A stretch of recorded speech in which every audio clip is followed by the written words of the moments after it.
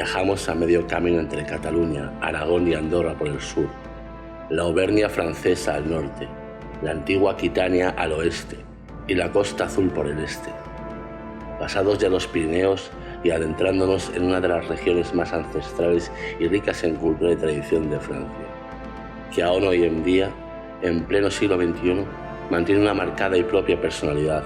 una lengua autóctona, así como una herencia histórica que hace a sus gentes, clima, paisajes, gastronomía, idiosincrasia y folclore únicos, no solo en la bella y gran Francia, sino en el resto de Europa.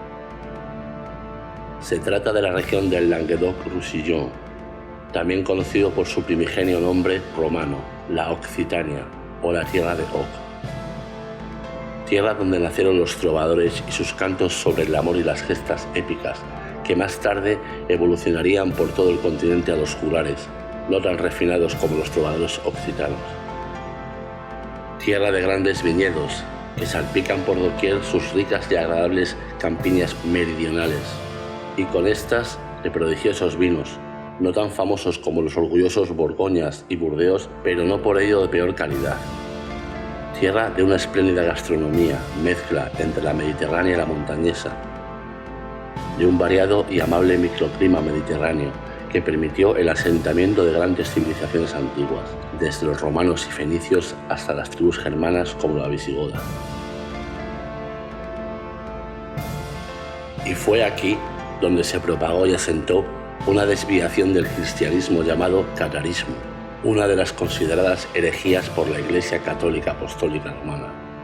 lo cual provocó que a principios del siglo XIII se produjeran una serie de dramáticos y sangrientos acontecimientos que culminarían en la invasión y apropiación de toda la región por parte de la corona francesa y la nobleza del norte del reino, así como la fundación de la terrible y temible Inquisición. Y será esta herejía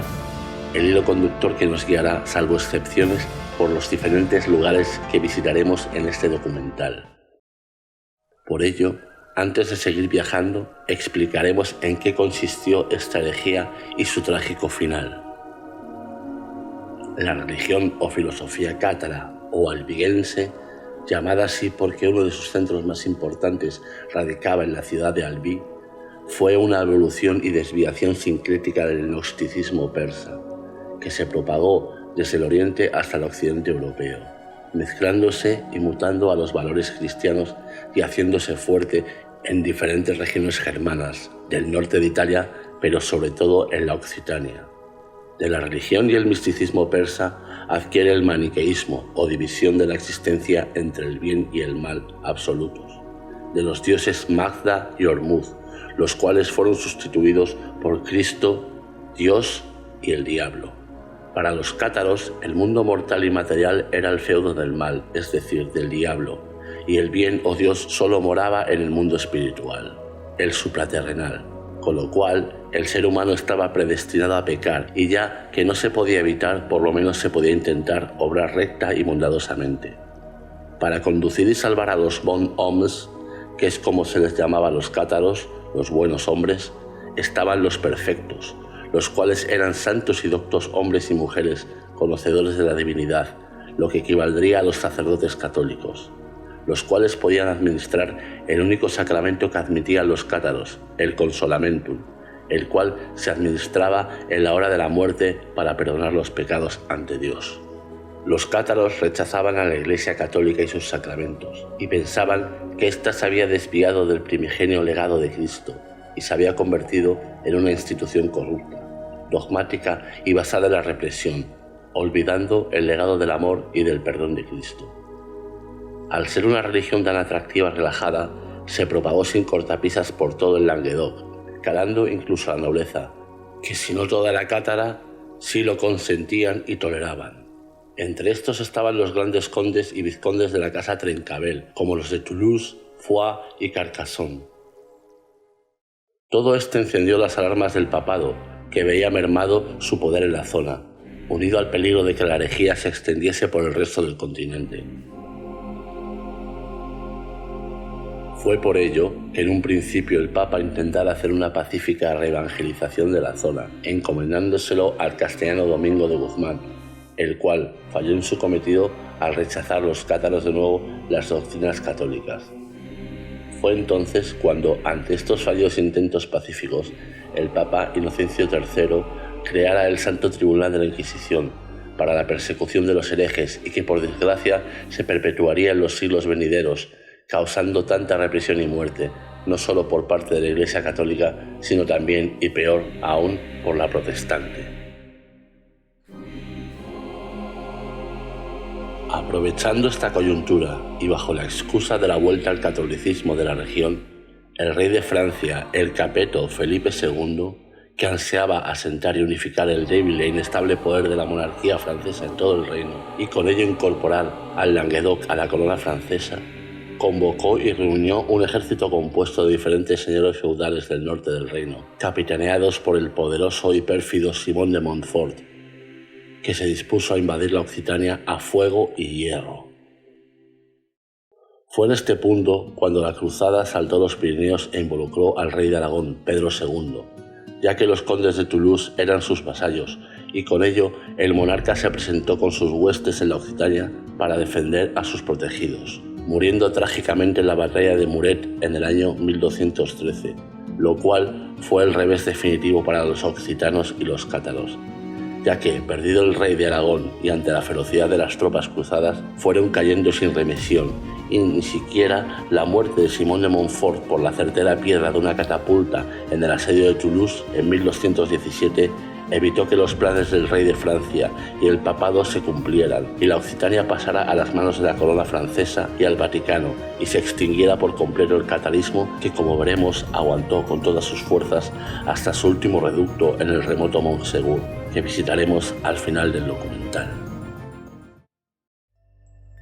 En la primera jornada nos dirigimos al centro de la región. Pasando la bella y monumental Carcassonne, tomamos la carretera nacional D118 y nos adentramos en las escarpadas montañas negras, Montagne Noire, llenas de frondosos y mágicos bosques y varios lagos de montaña, como el Montagnés,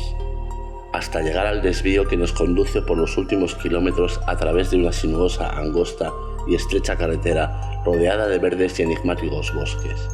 llegando a la bella, rústica y vetusta población de Hautpoul, en la que estableceremos el campamento. El nombre de Hautpoul parece ser que proviene de la unión de los términos Alto Haut y Pollo Poul. Esta aldea está encaramada en la pendiente de las montañas de los valles de Arnette y Togué, que son atravesados por los ríos Arnette y Lunobre y que se abren a la ciudad de Machamet.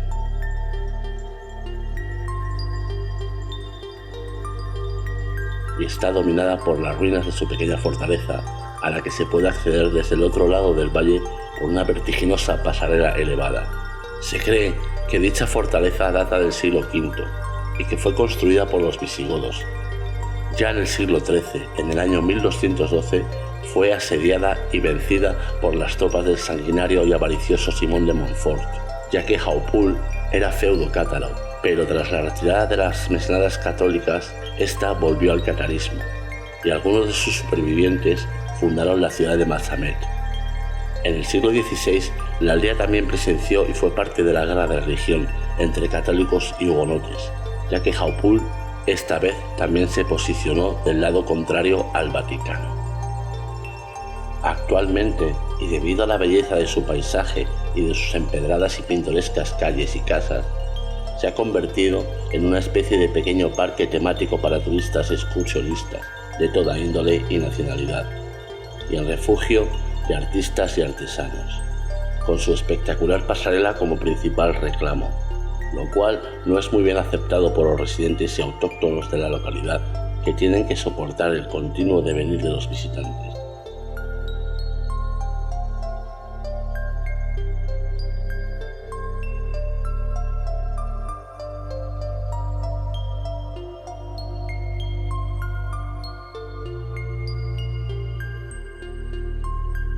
La primera noche en Hautpoul transcurre serena e iluminada por la luna. Amanece nublado, pero nuestras fuerzas están renovadas y nuestro entusiasmo viajero nos conduce al siguiente punto de nuestro viaje. Deshacemos el camino hecho el día anterior para alcanzar Hautpoul y de nuevo remontamos la carretera D118 a través de las Montañas Negras, las cuales son la parte meridional del macizo central francés. Al rebasarlas, el terreno se va aplanando progresivamente y atravesamos la campiña hasta llegar a la bella y monumental ciudad de Carcassonne, Carcassona en castellano, una de las principales del Languedoc-Roussillon, junto a Toulouse, la capital, Béziers, Narbona, Nimes y Montpellier. Atravesada por el caudaloso río Aude, la ciudad se divide en dos partes perfectamente delimitadas por este. A un lado, la espectacular citadel medieval y al otro lado, la ciudad moderna y de los siglos posteriores a la Edad Media. Cruzamos el puente de piedra, el puente Vieux o puente Viejo, que nos conduce directamente a las cuestas que llegan a la entrada del sur de la ciudadela, la cual fue restaurada en el siglo XIX por el arquitecto francés Eugène Viollet-le-Duc, dejándonos así la bella estampa de la actualidad, con su magnífica y robusta muralla, plagada de altas torres con tejados de pizarra.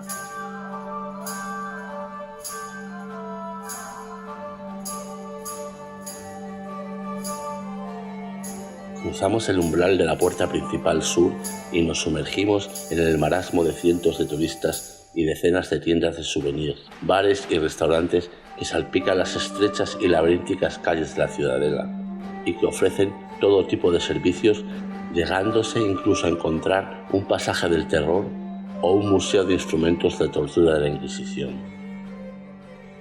Aunque la ciudad data del año 800 aproximadamente y ya había asentamientos antes de los romanos, llegó a su esplendor en el siglo XI con los condes de Trencabel, que en 1209 sufrieron, como ya narré, el asedio y derribo de las tropas del de Montfort, así como la expulsión de todos los cátaros de la ciudad. Estos condes construyeron la Basílica de San Nazario, bello monumento gótico con imponentes vidrieras y rosetones.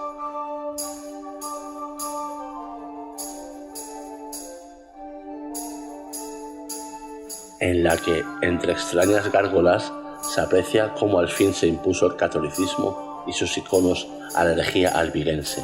como se puede ver en esta bella representación de Juana de Arco en una de sus capillas.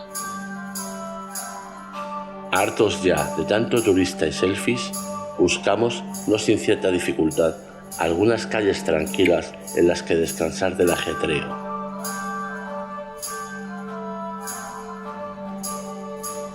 Y abandonamos esta espléndida ciudad, rumbo de nuevo a nuestro refugio en Hautpoul.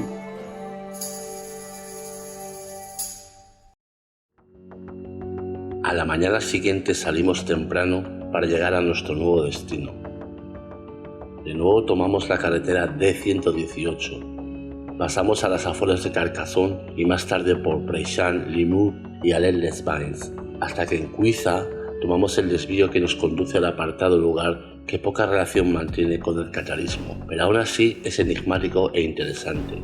y en el que una leyenda popular ha calado e impregnado el imaginario colectivo, manteniéndola viva y haciendo sostenible la economía de esta localidad, ya que es destino de todo tipo de visitantes. Se trata de la localidad de Reims-le-Château, pequeño pueblo situado en lo alto de una gran colina, desde el que unas vistas espectaculares dominan toda la comarca, pudiéndose divisar los Pirineos.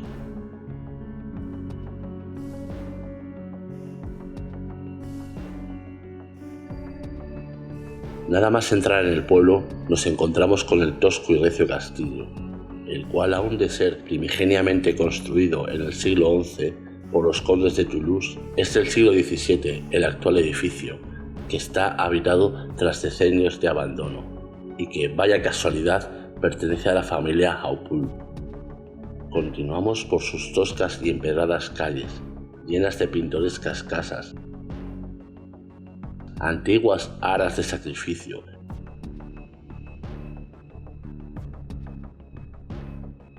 extraños y enigmáticos símbolos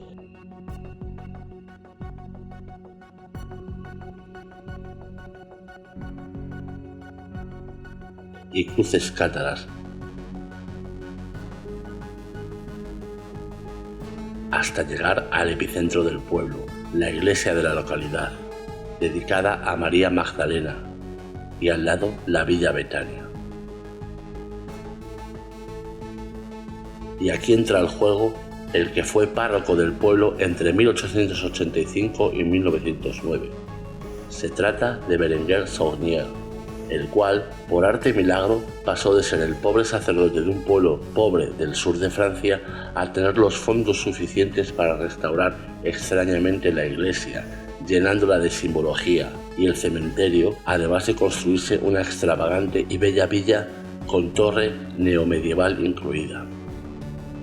La leyenda dice que mientras reformaba la iglesia encontró unos secretos documentos guardados con recelo durante siglos y que constataban la descendencia de Cristo con María Magdalena, así como que la antigua dinastía de los reyes merovingios franceses procedían de esta sangre real o divina, sangre real. Y por ello, este secreto fue vendido a sociedades esotéricas o el Vaticano le pagó ingentes cantidades por el documento y para que con ello guardara silencio. Esta leyenda ha dado pie a novelas, cómics y partes de argumentos de estúpidos y populares bestsellers y sensacionalistas películas hollywoodienses, protagonizadas por ridículas e histriónicas estrellas del celuloide que poco favor han hecho a esta localidad, que además de curiosos y respetuosos viajeros ha fomentado la visita de todo tipo de chamanes, brujos, mercachifles y saltimbanquis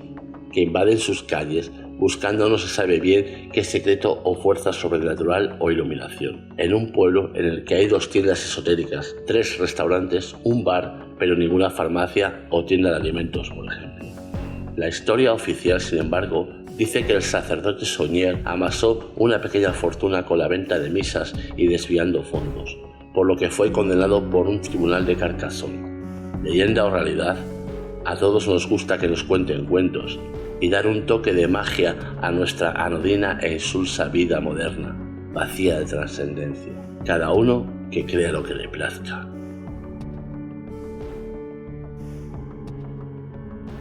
En la puerta del cementerio, bajo una inquietante calavera, leemos del latín lo que traducido al castellano sería: recuerda, hombre, que polvo eres y polvo serás.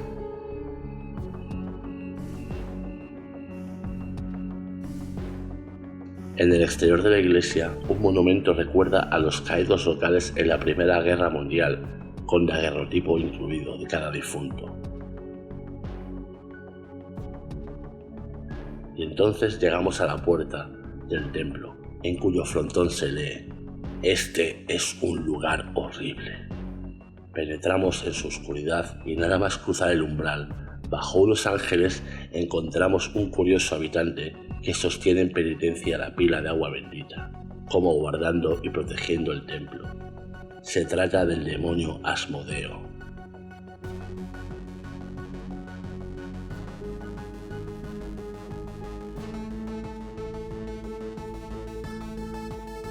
Una vez en el interior, observamos la belleza de la iglesia, rematada con un óculo en el ábside y un altar dedicado a María Magdalena, lo cual es una constante en las obras de Berenguer Saunier, la obsesión por esta mujer y por ello la posible descendencia con Cristo.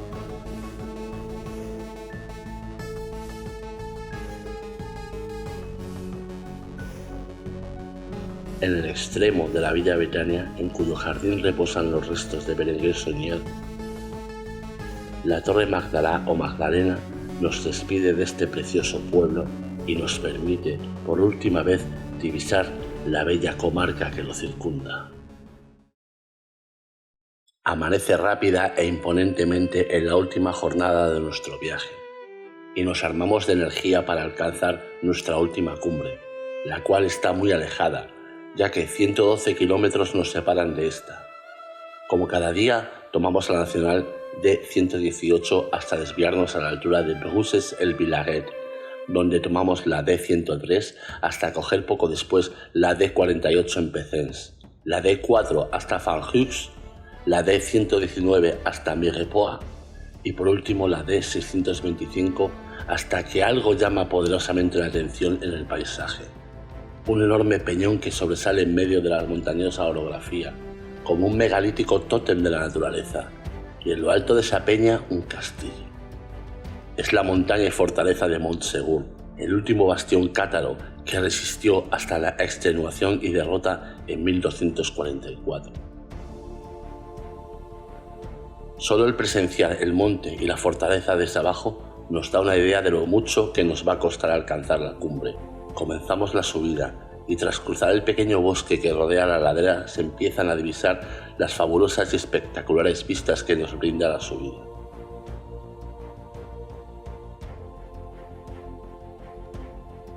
Poco a poco, con la camiseta y la frente empapada en sudor, comenzamos a atisbar el fin del camino y la fortaleza en su totalidad, la cual yace incólume en lo más alto desde hace 8 centurias.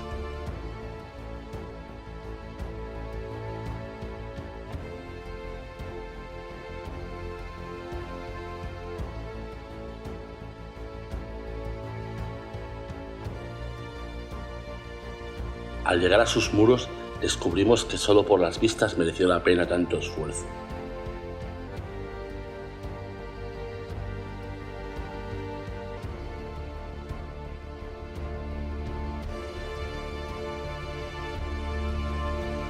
Penetramos a la fortificación por el lado este.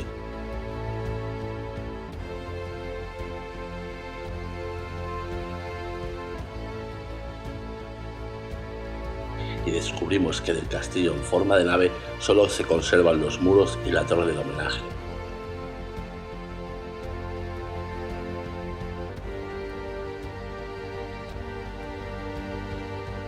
Salimos por la puerta del este y mirando al sur atisbamos a lo lejos los Pirineos, teniendo la sensación de que estamos en la cima del mundo.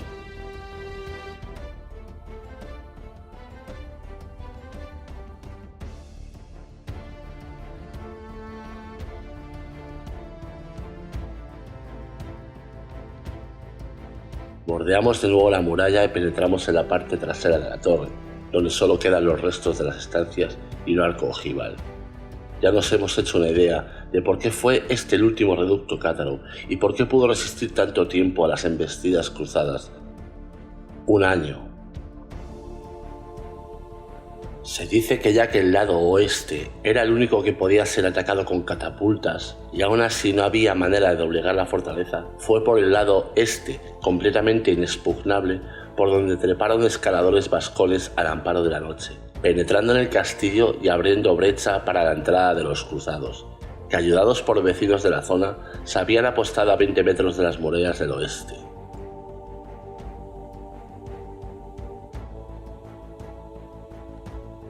Hacia marzo de 1244 la fortaleza capituló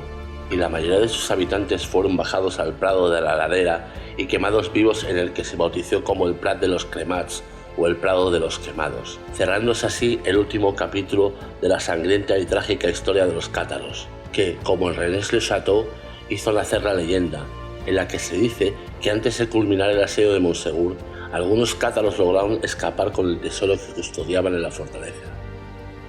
Sea lo que fuere, y si existiera o no ese tesoro, es un verdadero tesoro duradero este emblemático lugar